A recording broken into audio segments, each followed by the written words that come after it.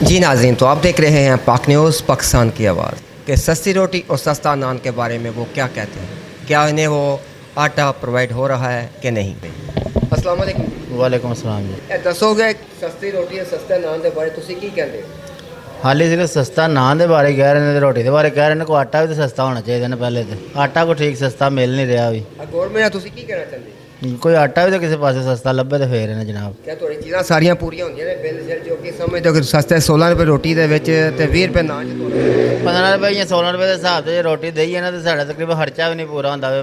ਮਜ਼ਦੂਰ ਦੀ ਦਿਹਾੜੀ ਵੀ ਨਹੀਂ ਵੀ ਨਿਕਲਦੀ ਵੀ। ਇਸ ਤਰ੍ਹਾਂ ਨਹੀਂ ਪੂਰਾ ਹੋ ਰਿਹਾ ਵੀ ਨਿਜ਼ਾਮ। ਜਾਂ ਤਾਂ ਆਟਾ ਕਿਧਰੋਂ ਸਸਤਾ ਲੱਭੇਗਾ ਤੇ ਫੇਰ ਹੀ ਹੈ ਨਾ। ਹੁਣ ਜਿਸ ਤਰ੍ਹਾਂ ਕਿ ਵਜ਼ੀਰ ਆਲਾ ਪੰਜਾਬ ਮਰੀਮ ਨਵਾਜ਼ ਨੇ ਆਪਣੇ ਐਮਪੀਆਂ ਦੀ ਡਿਊਟੀਆਂ ਲਵਾਈਆਂ ਨੇ, ਡੀਸੀ ਗੁਜਰਾਤ ਵੀ ਆਪੇ ਜਾ ਕੇ ਤਨੂਰਾਂ ਦੀ ਚੈਕਿੰਗ ਕਰਦੇ ਪਏ ਨੇ, ਤੇ ਤੁਸੀਂ ਇਸ ਬਾਰੇ ਕੀ ਕਹਿੰਦੇ? ਚੈਕਿੰਗ ਕਰ ਰਹੇ ਨੇ ਉਹ ਵੈਸੇ ਬੇਵਕੂਫੀ ਆ ਨੇ ਸਾਡੀ ਵੀ। ਫਿਰ ਅਸੀਂ ਵੀ ਚੈਕਿੰਗ ਕਰਵਾਈ ਤੇ ਆਉਂਦੇ ਹਾਂ ਬਗੈਰ ਉਹਦੇ ਵਿੱਚ ਜੁਰਮਾਨਾ ਹੀ ਪਿਆ ਲੱਗਦਾ ਵੇ ਸਾਰਿਆਂ ਨੂੰ। ਤਾਂ ਜਾਂ ਤਾਂ ਆਟਾ ਵੀ ਸਸਤਾ ਲੱਭੇ ਤੇ ਫੇਰ ਹੈ ਨਾ। ये थे मोहम्मद जब्बार साहब जो कह रहे थे कि आटा सस्ता नहीं मिल रहा। और इसी के साथ इजाज़त दीजिए कैमरामैन मोहम्मद बाबर के साथ अजीजान, पाक न्यूज़, गुजरात।